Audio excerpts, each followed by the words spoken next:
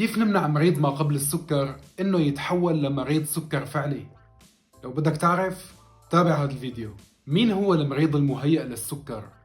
لو أنت كان عندك مستوى السكر وقت الجوع فوق 100 بس تحت 110، أنت من هدول المرضى. إجراء تغييرات على نمط الحياة بما فيها الرياضة والتغذية السليمة ممكن ينقذ حياتك.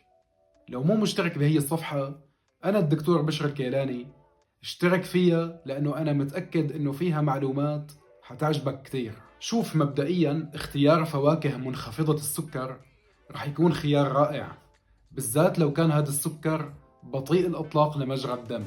أنا بالعيادة دائماً بحاول أقول للمرضى إنه يخففوا الأكل المصنع مثل السناكات مثل الشوكولاتة، وبحاول دائماً أقولن إنه يزيدوا من شرب زيت الزيتون.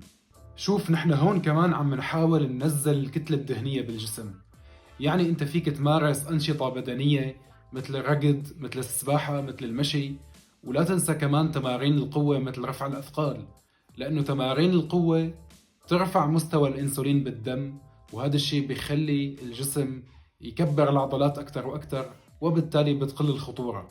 كتير مهم انك انت تنزل وزنك بمقدار 5% او 10%، وبالإضافة انك لازم كل صبح تروح على الصيدلية وتقيس مستوى السكر بالدم قبل وجبة الإفطار لو ما كان عندك جهاز بالبيت. شرب المي كتير مهم، وإيقاف الدخان أهم، لأنك لو أنت كنت عم تدخن، الدخان بيزيد من مقاومة الإنسولين.